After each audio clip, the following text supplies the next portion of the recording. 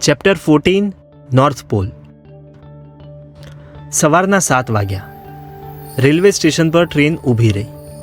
ટ્રેનની નીચેની પટરીઓ પરથી આવતી મળમૂત્રની વાસ, બાજુમાંથી પસાર થતા યુવાનોના બોડી સ્પ્રેની સુગંધ, કુલીઓના પરસેવાની વાસ, મુંબઈના દરિયા પરથી આવતી ભેજવાળી ઠંડી હવા, બધું જ એક સાથે શ્વાસમાં આવ્યું અને ધક્કા સાથે ગોપાલ પ્લેટફોર્મ પર ઉતરી ગયો.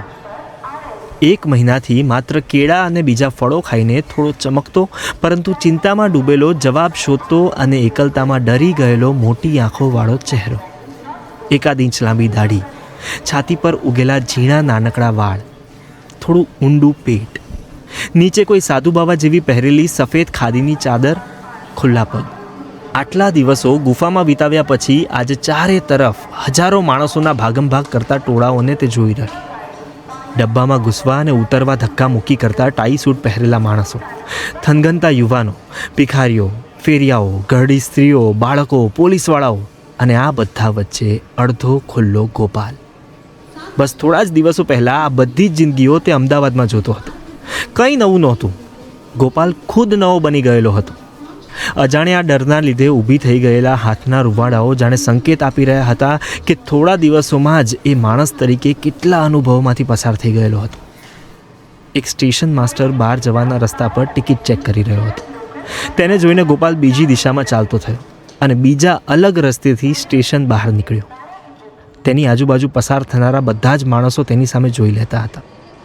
જોકે કોઈને કશી જ પડી નહોતી. પોતાના દરમાંથી નીકળતી કીડીઓના ટોળાઓની જેમ માણસો સ્ટેશન બહાર નીકળીને ચારે તરફ જઈ રહ્યા હતા. ગોપાલ બહાર રોડ પર આવ્યો. અહીં શું કરવું, ક્યાં જવું અને કેવી રીતે જવું એ વિચાર આવતો નહોતો. જાણે પોતે કોઈ અજાણી દુનિયામાં ઘૂસી ગયો હતો અને હજારો માણસો વચ્ચે તે એકલતા અનુભવી રહ્યો હતો. અહીં રૂપિયાની જરૂર હતી. પેલા ગીરના જંગલોના વૃક્ષ વચ્ચે જેવો એકલતાનો અનુભવ થતો હતો એવો જ અનુભવ અહીં હજારોના ટોળા વચ્ચે થઈ રહ્યો હતો. ટેક્સીવાળા માણસો દૂરથી સાદ પાડી રહ્યા હતા અને ટ્રાફિકનો મોટો અવાજ ગોપાલના અંદરના અવાજને દબાવી દેતો હતો. રોડ પર સવારનો તડકો આવતો હતો. તે રોડના ફૂટપાથ પર બેસી ગયો. સામેથી હજારો વાહનોનો ધોધ પસાર થઈ રહ્યો હતો. વાહનો પર બેઠેલા દરેક ચહેરાને ગોપાલ જોઈ રહ્યો હતો. મોટા ભાગના માણસો ભાગી રહ્યા હતા. ચહેરા પર અજાણી ઉતાવળ હતી. તેઓની કપાળની રેખાઓ જાણે વર્તમાનને જીવતા ભૂલીને નજીકના ભવિષ્યને વિચારતી હતી. ઘણા સમય સુધી ત્યાં બેસી રહીને ગોપાલને થોડી શાંતિ મળી. તે મનમાં વિચારી રહ્યો હતો, આ ટ્રાફિકમાં જતા બધા જ માણસો નાગા હોય તો દુનિયા કેવી દેખાય? કોઈ બાઇક પર બેઠેલો બુઢ્ઢો તેના લબડતા અંગોમાં કેવો લાગે? દરેક માણસ કેટલો કદરૂપો લાગે. મોટી લબડતી ફાંદ, શરીર પરના વાળ, એમાં આ ભવિષ્યની ઉપાધિઓમાં જન્મ ટીપના કેદીઓ જેવા ચહેરાઓ. છોકરીઓના નાગા શરીર જોવાની મજા પડે ના, મજા તો આ બધું ઢાંકેલું છે એની જ. આ રંગબેરંગી કપડાં નીચે શું છે એ વિચારવાની મજા છે. પછી ઘણા સમય સુધી કોઈ વિચાર ના આવ્યો. પરંતુ હવે પોતાની લાઈફના આડા અવળા વિચારો શરૂ થઈ ગયા હતા. જે સિક્રેટ છે તેની જ મજા છે. દરેક નાગો માણસ થોડી જ ક્ષણોમાં સામાન્ય અને દિવસો પછી રૂટીન બની જશે. નગ્નતા સ્વીકારી લેવાશે. પણ શરીર પર કપડાં હોય ત્યારે કપડાં નીચે કેવું શરીર છે એ જાણવાની તડપ હોય છે. તો પછી શું નાગો બનીને ફર્યા કરતો હતો ગોપાલ?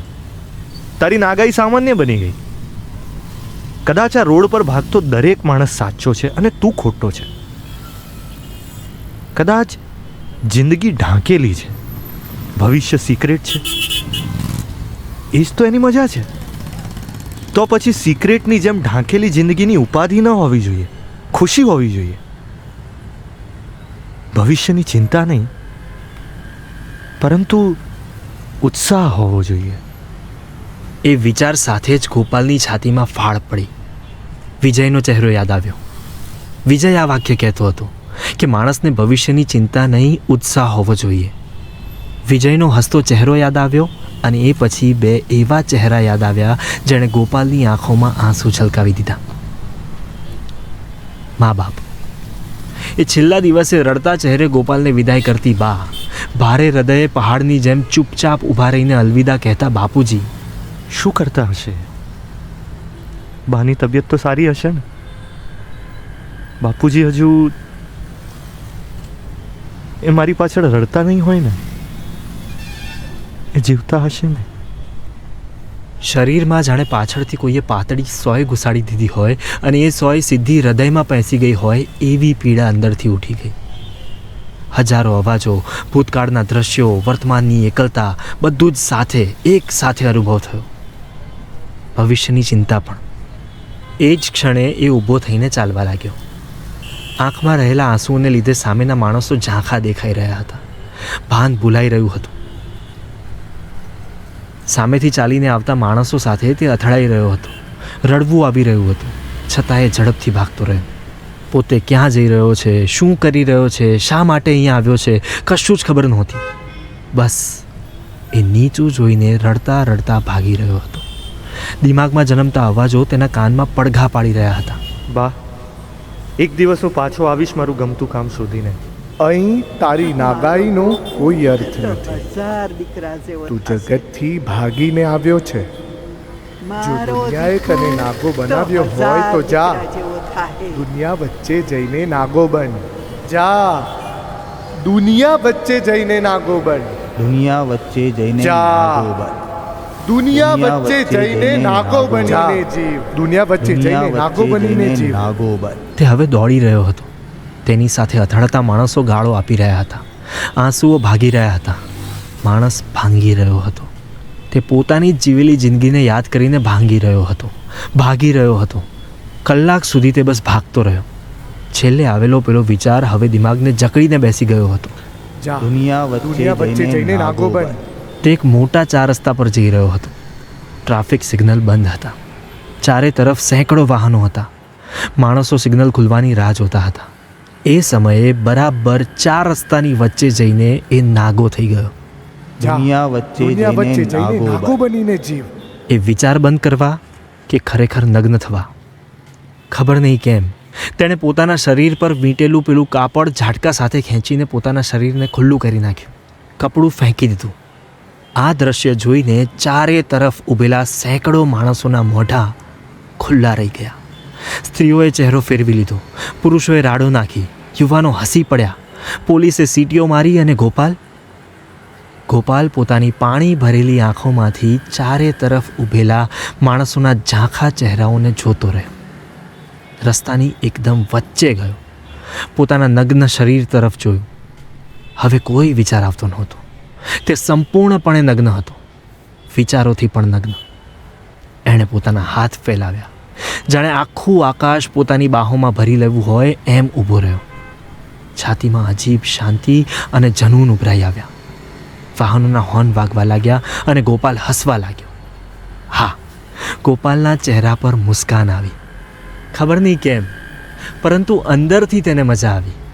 જાણે ભૂતકાળમાં માણસોને, દુનિયાને જોઈને તેને જેટલો ગુસ્સો હતો, પીડા હતી અને જનૂન હતું, એ બધું જ તેણે હજારો માણસો વચ્ચે નગ્ન બનીને દેખાડી દીધું.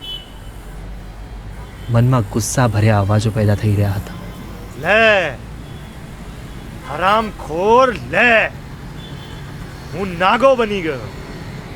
એ બાવા, મને દુનિયા વચ્ચે નાગો બનવાનું કહેતો હતો. લે, હું નાગો બની ગયો. હું નાગો માણસ છું. આ હજારો બેકાર, બોગસ, ફ્લોપ માણસોની જિંદગીઓ સામે આ મારો વિરોધ છે. ગુસ્સા અને બળતરા ભરેલા ચહેરાઓ સાથે ગોપાલ રોડની ડાબી બાજુના ટોળા તરફ થૂંક્યો. ટ્રાફિક પોલીસવાળો આ વ્યક્તિને ગાંડો સમજીને પાસે ના આવ્યો, પરંતુ દૂરથી સીટી મારી. પરંતુ આજે આ માણસને કોઈની પડી ન હતી. તેની અંદરથી કોઈ શૈતાન આગ ઓકી રહ્યો હતો અને હવે એ આગની ઉલટી ગોપાલ શબ્દોમાં કરી રહ્યો હતો. ગોપાલ ચારે તરફ ઊભેલા માણસો તરફ જોઈને આંસુ ભરી લાલ આંખો સાથે મોટેથી ગાંડાની જેમ રાડો નાખતો કહેવા લાગ્યો, સાંભળો, આ દુનિયાના ભૂંડ જેવા માણસો, હું ગોપાલ રમેશ પટેલ તમારી જિંદગીઓ જોઈને નાગો બન્યો છું. મારી જિંદગીથી કંટાળીને નાગો બન્યો છું. તમે તમારી લાઈફના નિયમો બનાવી દીધા છે. તમે બીજાની જિંદગીઓ જોઈને તેમની નકલ કરતા જીવી રહ્યા છો. તમને ખબર જ નથી કે તમે કેમ અહીં આવ્યા છો, શું કરી રહ્યા છો, કેમ કરી રહ્યા છો, કોના માટે કરી રહ્યા છો. તમે બસ મરી રહ્યા છો. દિવસે દિવસે તમે મરી રહ્યા છો. મને નફરત છે તમારી ભૂંડ જેવી સ્થિતિ સામે. ધિક્કાર છે તમને. આ થૂ. ગોપાલ ફરી થૂંક્યો ત્યારે ચારે તરફના ટોળાઓના ચહેરા ખુલ્લા રહી ગયા હતા.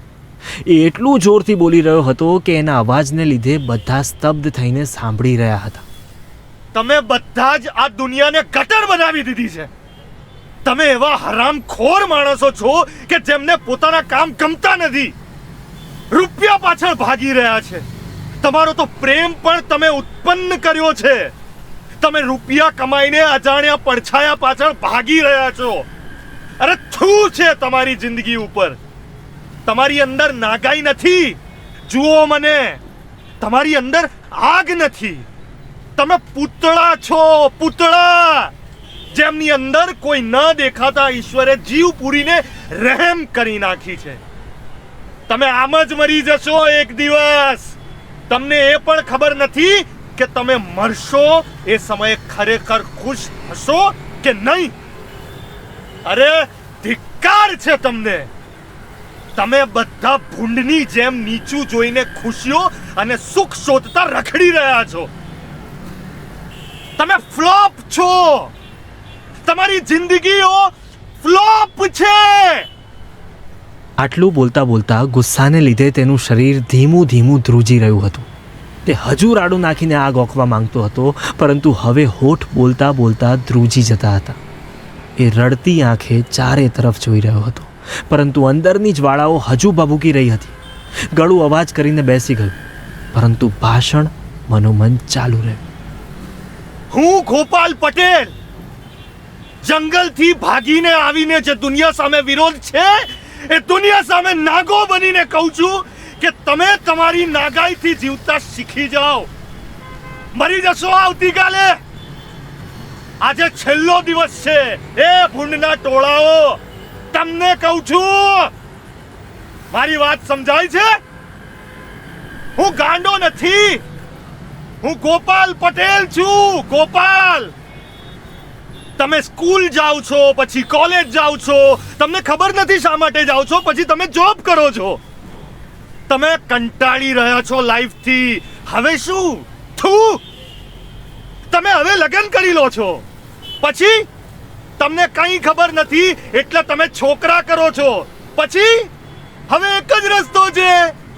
તમને તમારી લાઈફના રસ્તાને બદલતા બીક લાગે છે. તો એ ભૂંડની ઓલાદો, છોકરાઓ મોટા કરો, ખૂબ રૂપિયા કમાઓ, ખુશીઓ માટે વલખા મારો, છોકરાને મોટા કરીને તમારી જેવી જ બોગસ જિંદગી જીવતા શીખો, અને પછી 2-3 મોટા રોગની વચ્ચે એક દિવસ આરામથી સૂઈ જાઓ. અરે મરતા પહેલા તો ભૂંડના ટોળાઓ એકવાર વિચારી લે છે કે તેઓ જેવું જીવ્યા એ બરાબર જીવ્યા કે ભૂલ થઈ ગઈ. અરે હું કહું છું તમને થવાનું છે કે ભૂલ થઈ ગઈ. કારણ કે હજુ આ નાગો ગાંડો યુવાન આગળ વિચારે કે બોલે એ પહેલાં જ તેની પાછળના ભાગ પર એક પોલીસવાળાનો દંડો આવ્યો. ગોપાલનું ધ્યાન ન હતું ને પાછળથી આ પોલીસના અધિકારીએ જોરથી દંડો ફટકાર્યો. શરીરમાં વીજળીનો કરંટ આવ્યો હોય એવો પીડા સાથેનો અનુભવ થયો, અને ગોપાલને વાસ્તવિકતાનું ભાન થયું. પોલીસની સામે ડર ભરેલી આંખે તેણે જોયું. ચહેરો લોહી વિના સફેદ થઈ ગયો. બીજો દંડો પડ્યો. ડર અને આઘાતને લીધે ગોપાલની આંખો ફાટી રહી.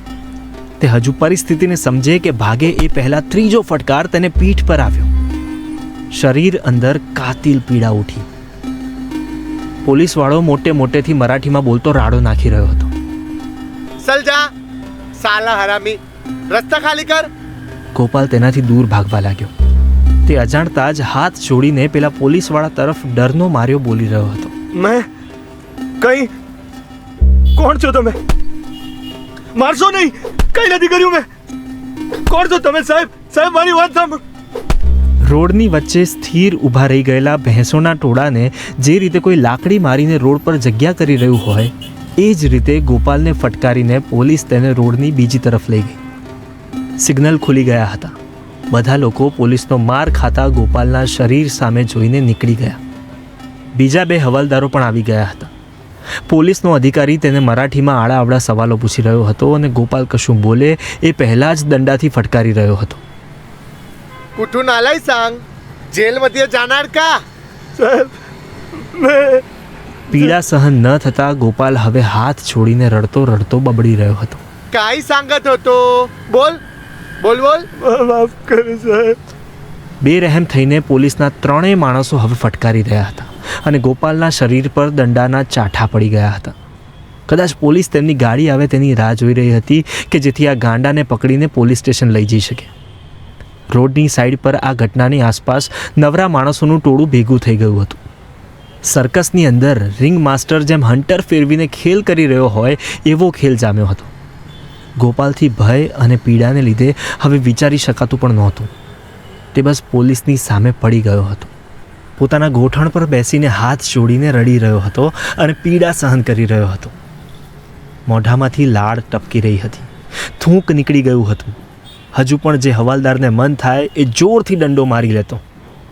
થોડી જ મિનિટોમાં પોલીસની ગાડી આવી અને ગોપાલની નજીક જ ઊભી રહી. ગાડીમાંથી બીજા 2 પોલીસના માણસો બહાર આવ્યા. આસપાસ ફરીથી માણસોનું ટોળું વળી ગયું. નવા આવેલા પોલીસના માણસો બધી પૂછપરછ કરી રહ્યા હતા. એક હવાલદાર તેમને સમજાવી રહ્યો હતો કે કઈ રીતે આ માણસ રોડની વચ્ચે ઊભો રહીને નાગો થઈ ગયો હતો અને પછી મોટેથી રાડો નાખીને ટ્રાફિકને બ્લોક કરી રહ્યો હતો. નવો આવેલો પોલીસનો માણસ આ ઘટના સાંભળીને હસવા લાગ્યો અને પછી ગોપાલની બાજુમાં જઈને ગાળો બોલતા બોલતા પીઠ પર બીજા 2 દંડા ફટકાર્યા. હવે ગોપાલ ભાંગી પડ્યો હતો. આજુબાજુ ઊભેલા માણસોનું ટોળું પણ હવે તેના પર દયા ખાઈ રહ્યું હતું. चल उठ उठ. तुला जेलची मजा दाखवतो. चल. હવાલદાર ગોપાલને હાથ પકડીને ઊંચો કરતો બોલી રહ્યો હતો. પરંતુ નીચું જોઈને પોતાના ગોઠણના ભાર પર પડેલો એ યુવાન ભાંગી ગયો હતો. બહારથી થોડો, અંદરથી પૂરો.